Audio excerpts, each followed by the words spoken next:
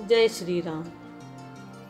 आज हम नारियल के जन्म की कहानी के विषय में जानेंगे कि आखिर नारियल का जन्म हुआ कैसे।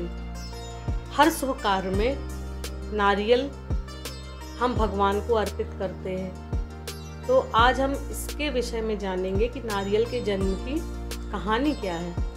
तो प्राचीन काल में सत्यव्रत नाम के एक राजा राज करते थे। वह प्रतिदिन पूजा पाठ किया करते थे। सत्यव्रत राजा के पास किसी भी चीज की कोई कमी नहीं थी।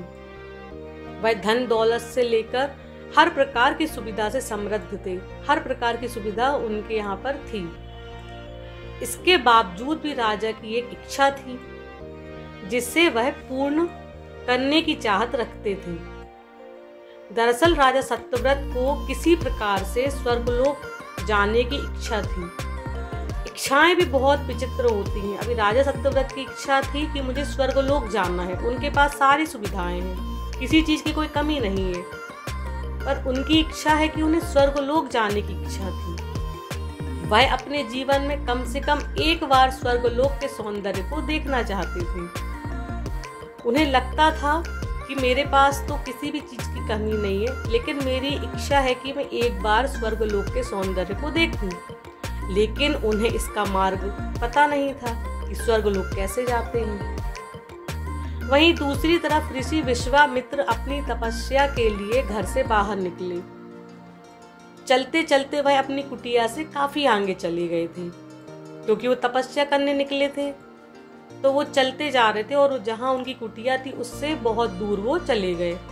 बहुत समय बीत गया लेकिन वह लौटे नहीं। इस कारण से उनका परिवार भूख और प्यास से तड़प रहा था। तो राजा सत्यव्रत को जब यह पता चला तो उन्होंने ऋषि विश्वामित्र के परिवार का पालन पोषण की जिम्मेदारी ले ली। जैसे ही राजा को पता लगा कि विश्वामित्र जी ऋषि विश्वामित्र नहीं है, उनके परिवार में भूख प्यास से सब परेशान है, तो राजा सत्यव्रत जी ने उनके लालन पालन की, उनके पोषण की जिम्मेदारी ले ली। फिर कुछ समय बाद जब मुनिवर अपनी तपस्या करके लौटे तो वे अपने परिवार को कुशल देखकर काफी प्रसन्न हुए। स्वाभाविक है, जब कोई ऋषि अपने परिवार को इतने दिन बाद खुश देखेगा, प्रसन्न अवस्था में देखेगा, तो वे बहुत प्रसन्न हुए। उन्होंने पूछा कि उनकी अनुपस्थिति में किसने उनकी देखभाल की। इस पर ऋषि के परिवार वालों ने बताया कि राजा ने उनके पालन पोषण की जिम्मेदारी उठाई थी। यह सुनकर ऋषि विश्वामित्र तुरंत राजमहल पहुंचे और राजा से मुलाकात की। वहां पहुंचकर उन्होंने सबसे पहले महाराज जी को धन्यवाद कहा।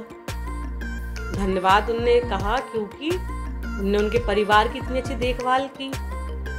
इस पर राजा ने ऋषि अपनी इच्छा पूर्ण होने का आशीर्वाद मांगा।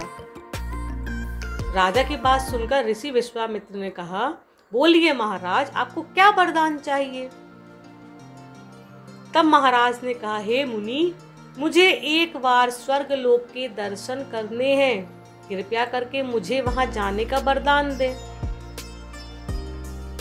इतनी अद्भुत इच्छाएं हैं राजा की, स्वर्गलोक उन्हें जाना है, स्वर्गलोक देखने की इच्छा है उनकी।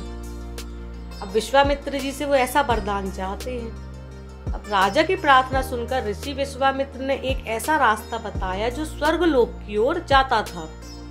यह देखकर राजा सत्यव्रत बहुत खुश हुए। वह तुरंत उस रास्ते पर चल दिए और स्वर्गलोक पहुंच गए।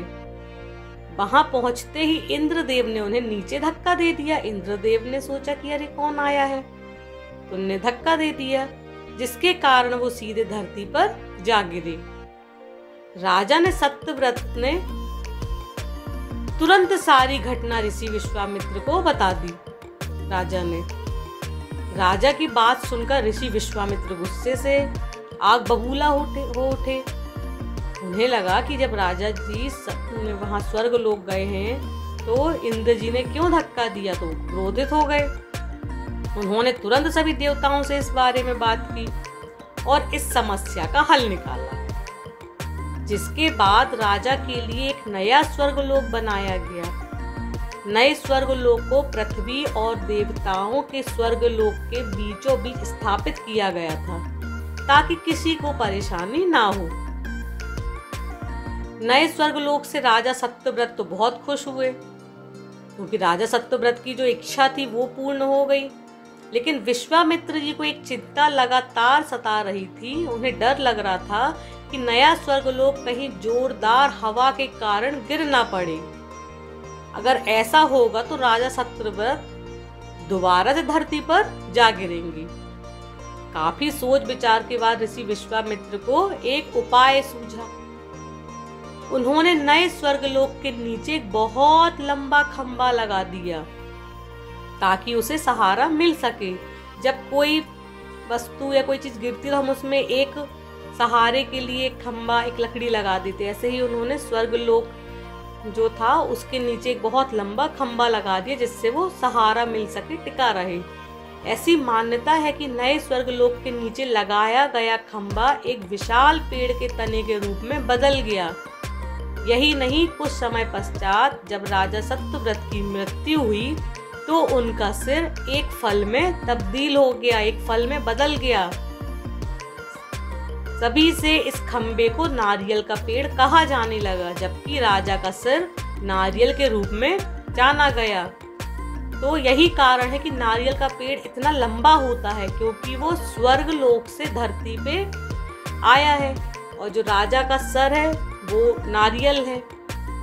इसीलिए नारियल का जो वृक्ष, जो पेड़ है, वो इतना लंबा होता है। यदि आपको मेरे वीडियोस पसंद आ रहे हैं तो चैनल को सब्सक्राइब, वीडियो को लाइक, शेयर एंड अपने कमेंट्स को लिखना ना भूलें। जय श्री कृष्णा।